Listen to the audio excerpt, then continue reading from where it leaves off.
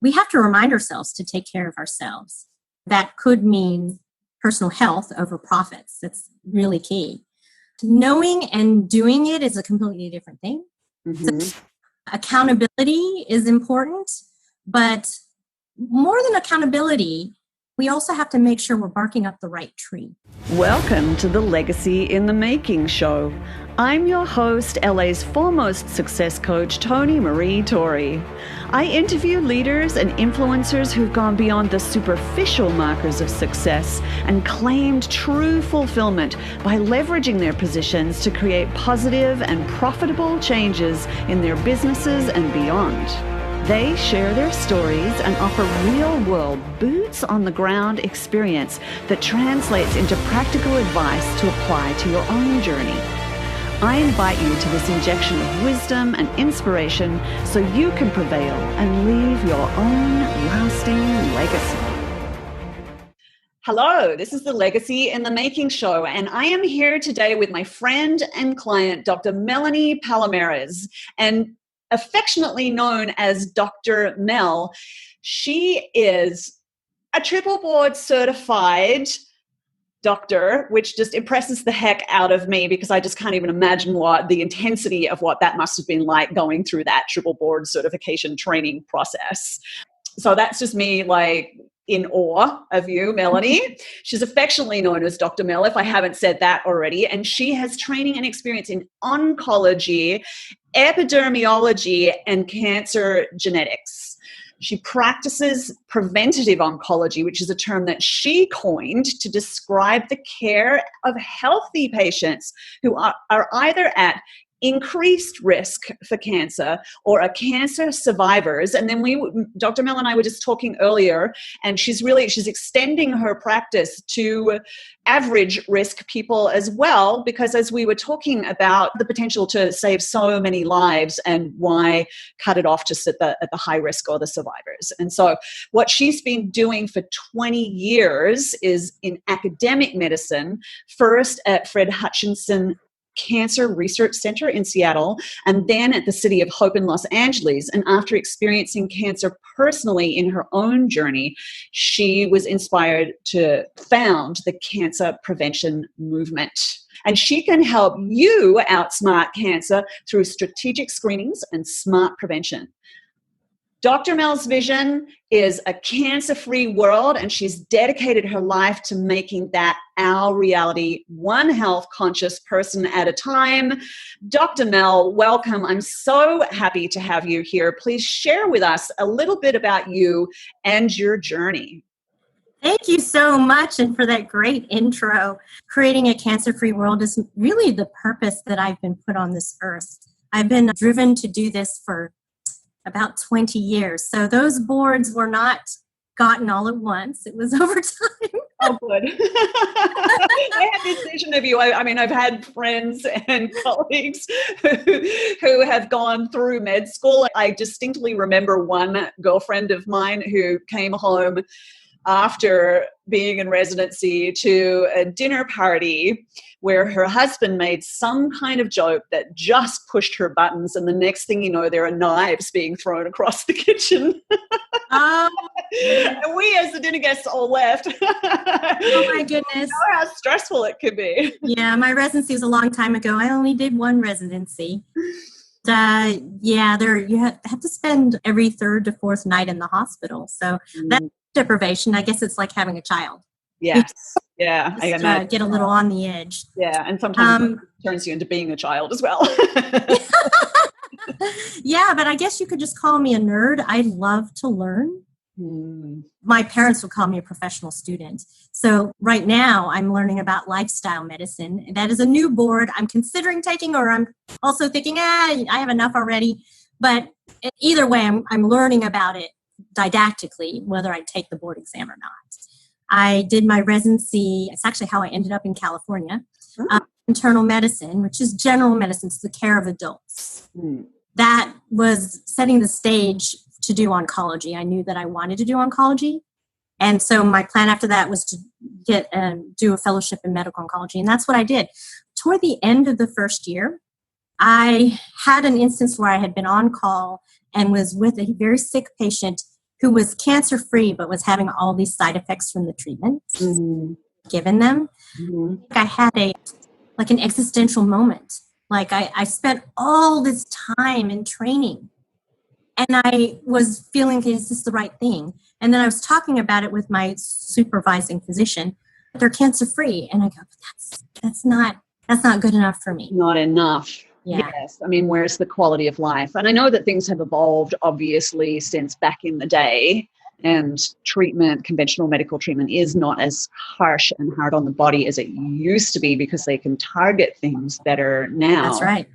Which is fantastic. We have immunotherapies too, which boost our own immune system. Right, exactly. So I know that it's not as bad as it used to be, and the prognosis is better typically these days. If we catch it early enough. It's caught. Yes, exactly. Yes. And that's kind of the point, right? Making sure it's caught early enough. So tell us a little bit more about that piece of things, Dr. Mel. You've defined and designed processes that you use with your clients that allow them to have far more peace of mind, right? And also just be able to protect themselves from a possibly fatal, painful, uncomfortable future. So tell us a little bit more about that. There's two pieces, really. Part of it is early detection, where things are completely curable, like you were saying. And part of it is avoiding the diagnosis ever happening. When it comes to both, actually, we have different algorithms depending on how much that person's risk is. So cancer is actually not one disease. It's a group of 158 different diseases, and that's how it's defined now. We keep discovering more. And so it's how much risk you have for certain cancers. And then I design a screening program just for them. And then also, that's based on the risk. Based on the risk, there can be a whole array of prevention opportunities. And then I work with them to decide what is the best program for them, because that's not just based on risk. It's based on their risk tolerance and their values and what their personal choices are. I love what you were saying earlier about the lifestyle medicine component, because it has to be taken into consideration. It's like my understanding, one of my many certifications is in clinical hypnotherapy. And oftentimes I have had doctors send patients to me to do that kind of work with their patients because compliance is a huge issue for doctors. Right. And how is it that you approach the problem of compliance with people, presumably to some extent with this key around lifestyle? What are some of the core components of that? Lifestyle medicine is a conglomerate of different things. Part of it is looking at what people would think of automatically, like nutrition and exercise and hydration and sleep and that kind of thing. But then there's a whole other component that's mindset. And things like that. Most people don't think of that as a physician's job. What I love about this group, the American College of Lifestyle Medicine, it is actually a group of physicians that do believe that this is important and integral to the practice of medicine.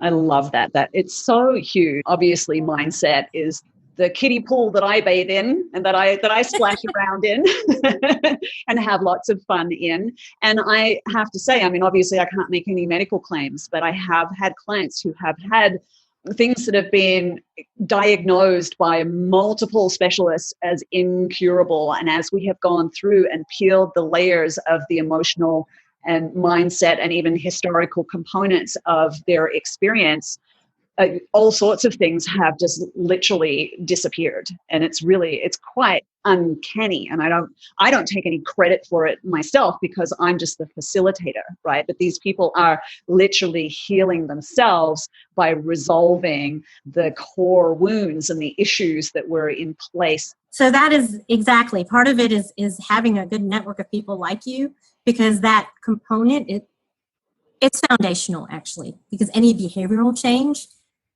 it's until some blocks are lifted, the behavioral change doesn't really follow. And a lot of those lifestyle things are behavioral change.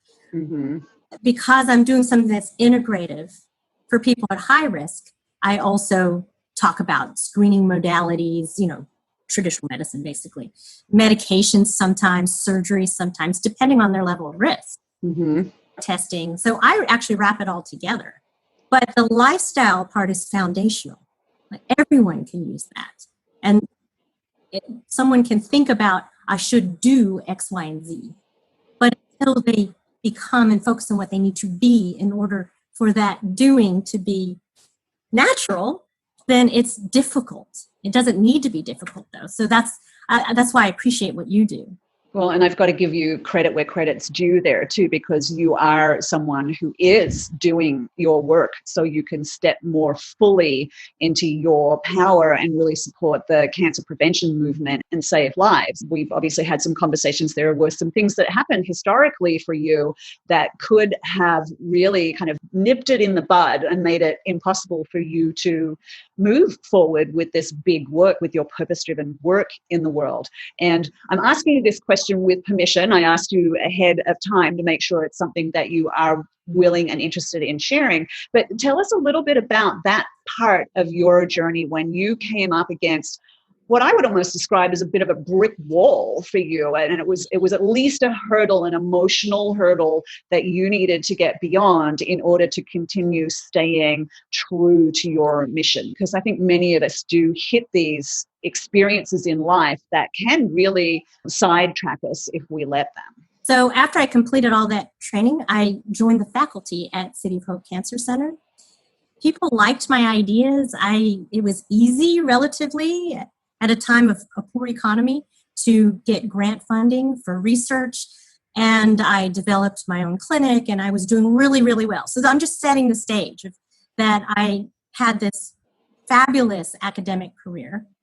And then one day I was in my office and I got a text, and it turned out that my husband had been found tremulous and trembling and hallucinating, and I wasn't sure what was going on, but I asked the people that found him to take him to a local emergency room.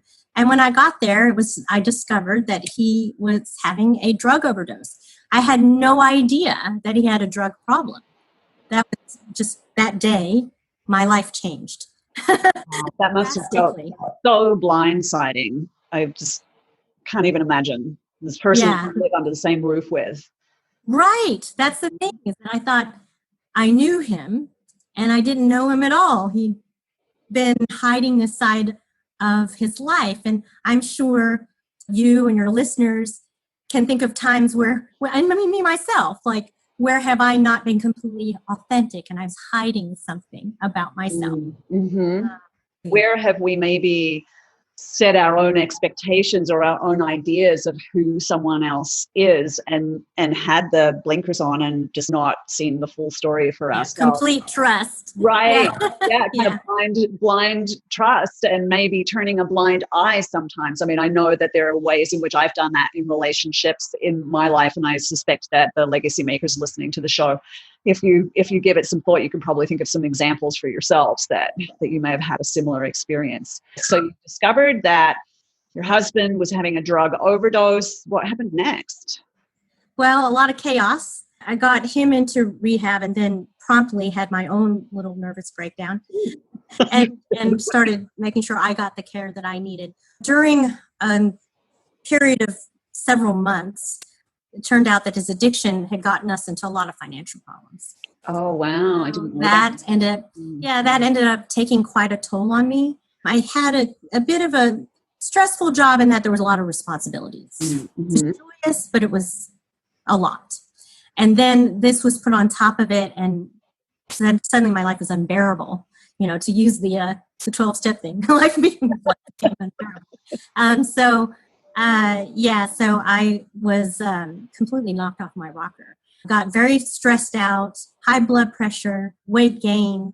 I actually found, luckily I benefited from my own knowledge, so I found a mole that was an early melanoma.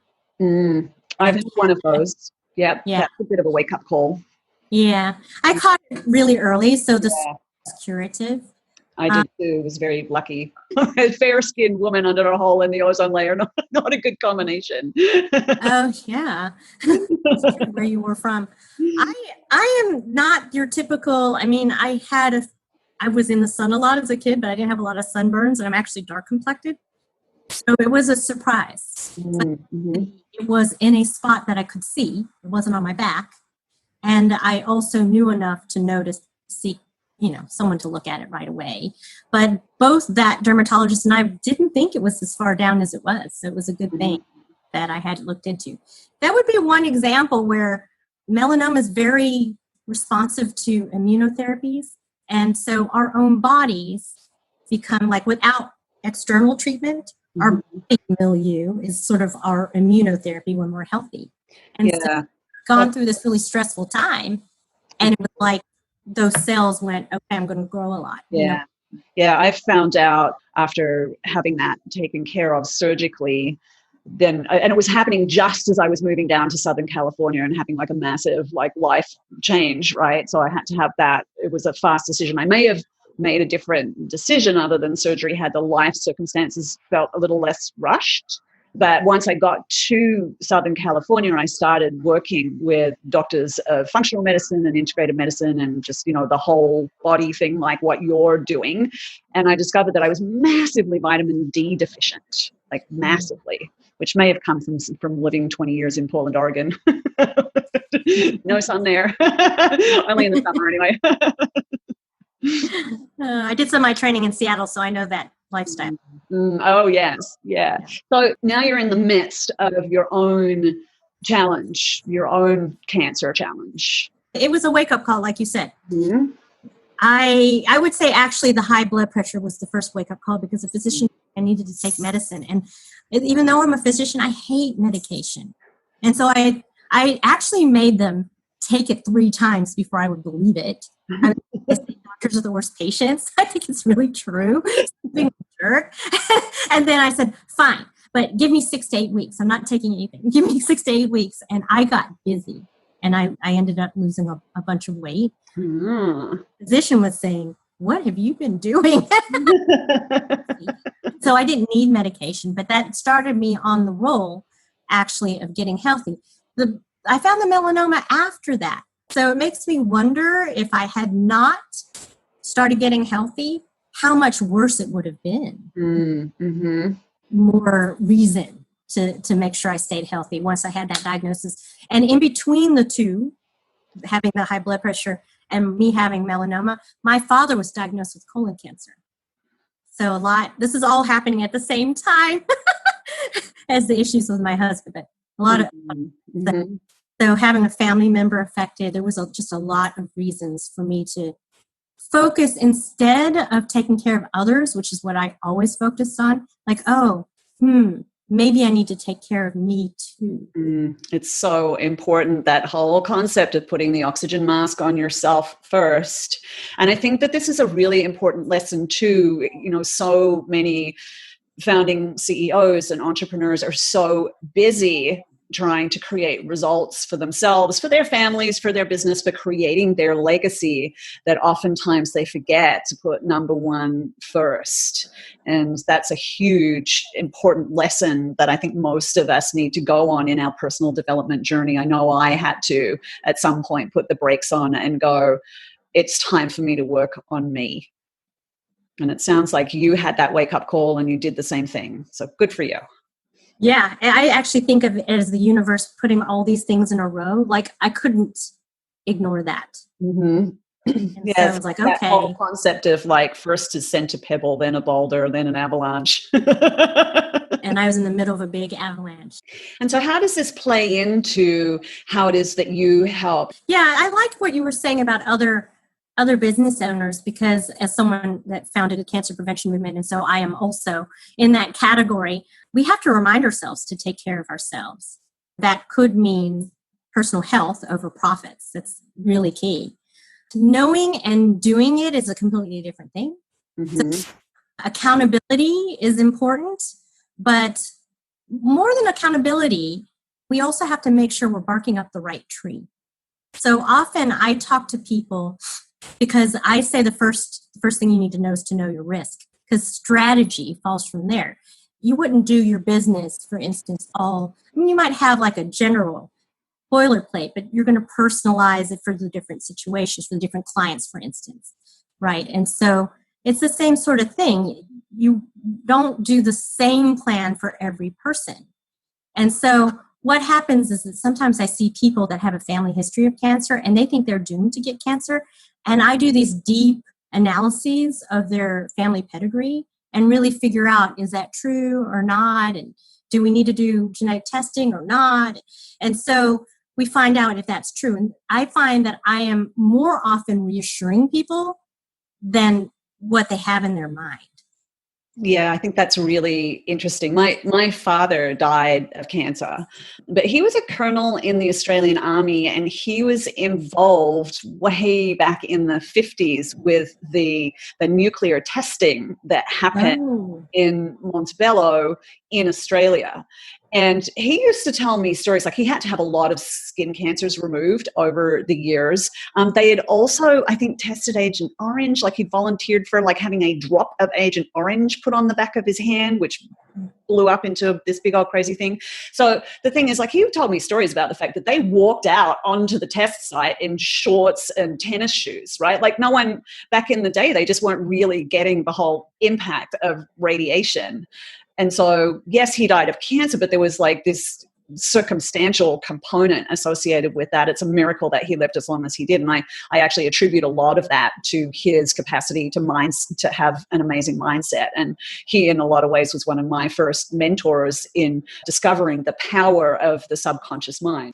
So one of the things that my dad did to me or with me when I was a kid, which convinced me of the power of the subconscious mind, is he used to hypnotize me as a party trick, and he would suspend me across 3 dining room chairs and then convince me that I was a plank and pull the middle one out. So then I was only suspended from the top of my head and the edge of my heel. And it's like, it's physically impossible, but I was doing it. And I think that's, my dad contributed a lot to the reason why I spend so much time delving into understanding subconscious motivations and how it is that we can change our futures by changing what's going on under the hood. That's so interesting. A couple of things that you said in there in your dad's cancer story is that, first of all, cancer risk is multifactorial. So usually it isn't just sun exposure or family history, or, it's a multiple of different things. And the other thing is the whole concept of, say that you have risk. Well, we all have the power to alter that risk. And so some people think of it as epigenetics, and that's fine. I think that's a big umbrella term for the fact that we can influence how our body regulates different things. So genes, but also hormones and things like that. So, yeah, that totally makes sense to me. And I think that, one of the primary things that you're talking about, which I think is extremely important to anyone who wants to make a big difference or a big impact in the world. Years ago, I was walking by my boss's office and he was playing talk radio. I don't know, I couldn't work with that going on, but apparently he found it soothing. And I heard this comment, like it was an interview with someone, and I don't know who it was, which really saddens me because I'd love to know who this quote comes from. But the person was being interviewed and they were asking him, he was a financial expert, and they were asking him what the number one rule of making money was. And he said, stay alive. I'm so glad you brought that up, because one of my favorite topics is actually where health and wealth meet. Mm-hmm. Oh, that's a great topic. Yeah. Yes. Tell me more about that. Health and wealth meeting. We can think of it like in a cycle in 2 ways. So in the bad way, if you get sick, it doesn't matter how much you planned. It can be extremely expensive. Actually, people with a chronic illness, about 60% of Americans now experience what we call medical bankruptcy. 2/3 of people that have a chronic illness, of those cancers, one of the top 2, cancer and heart disease are the top 2. People think that I just need to have insurance, but insurance only covers so much. There are caps and deductibles, and so it's not the only answer. This is the reason why people think, oh, well, it's curable. Why do I have to prevent it? This is a big reason why. Mm-hmm. Say we go in the wrong way and we get sick, and then our savings is depleted, and then that affects our mindset, and then we get more, or our behaviors, and then you get more sick, and this is like not a good, this is the wrong cycle. The other way, cycle. yeah, the other way, but it's common. It's more common. people think. The other way is a proactive one, and what I advocate, and that is you make a little money, you invest in yourself, and then you do proactive health kind of things. You stay healthy and live longer. You make more money, you reinvest in yourself. You do other things you like too. But this is the way to live long and prosper, as that person you were quoting said. Mm-hmm. Yes. It's really important because we spend, if you do it right, you spend 10, 15 years to plan your retirement. Why wouldn't you spend the same amount of time to plan your health? It totally makes sense to me. On Legacy in the Making show, I know that to some extent, the legacy component, oftentimes people think about what's happening after they've left this mortal plane, but it doesn't have to be that way. And wouldn't it be so much better to be creating this positive influence, using your position to make amazing changes in the world and live long enough to see some of the results associated with that and the generations that get to benefit from what it is that you're creating in the world. Dr. Mel, have you got any last thoughts that you would like to add? This has been such an amazing conversation. I really hope people persist with listening to this, just because cancer is an uncomfortable subject. We kind of want to pull the blanket over our head and not take a look at it, but it is such a vitally important topic that we're talking about here today. What else would you like people to know about before we finish up? I think the biggest tips are prioritize your own health over profits, as I mentioned. And then in order to do that, to make sure you're on the right program. So to first know your risk so that you can have a strategy that is personal to you. I have a risk assessment that's free online and anyone can take. It's on our website. Our website is cancerriskprevention.com, or alternatively, cancerpreventionmovement.com. That works too. And then at the top, there's in big blue, your cancer risk, and click on that and choose the assessment. It's only 10 questions to take. It's really quick. Each question is a domain of risk. And if it looks like there's one area that could be improved, then you'd be invited to speak with me. And if you're doing everything great, perfect already, you'll get a message that says that. However, it's really easy to trip at least one of the 10. In order to know your risk, make sure you're seeing a professional to do that. That is such sage advice. I love everything that you are doing in the world, the legacy that you are creating, the movement, the cancer prevention movement, that you are stimulating the conversations around and making sure that we are starting to really protect ourselves and our legacies in this way. Thank you so much for being here, Dr. Mel. Links to your sites will be in the show notes. You can check out Dr. Mel's show notes and click on the link there, and you'll be able to be sure that you get straight to that amazing assessment. It's been wonderful having you here. I'm grateful to have you as a friend and a client, and I look forward to the next stage of evolution in your movement. Thank you for having me. Can I add a little passionate thing? Oh, absolutely. Lead with wisdom, prosper through passion is the tagline for Legacy in the Making show. Oh, that's great. Passion is what we're all about. When I said that I believe I was placed on this earth to create a cancer-free world, I actually believe it's completely possible. I am committed, and so I will put the energy into it, and hopefully that commitment will inspire other people to join with me. But we must start with ourselves, which is why I shared what I shared. Here's the real key thing, is that it starts with us. And so it's important for other people to take up what I said, because if they don't do it, it's not really a movement. We have to do our own preventive care and then tell other people about it, and they do their preventive care. And then it becomes a movement. So It starts with us. People wait until they're diagnosed with cancer, and by then it's been there for 5 to 20 years. It's really late. When to start is when you're healthy. I'm glad you tuned in to the Legacy in the Making show. If you're genuinely interested in creating positive change in your business or your life, or on a more global scale, I invite you to connect with me at tonymarie.com. That's Tony with a Y, Marie with 2 E's. When you get there, you'll find the Path to Purpose Master Plan, the truly brilliant method to make sure you're clear on why you're here. This is the absolute critical foundation to honing your instincts and leaving a legacy you'll be proud of. You can also find out about the Innate Wisdom Business Council, which is an opportunity to evolve your vision in the company of like-minded leaders, and much, much more. Thanks for listening. Remember to subscribe to the podcast, and we'll see you next time.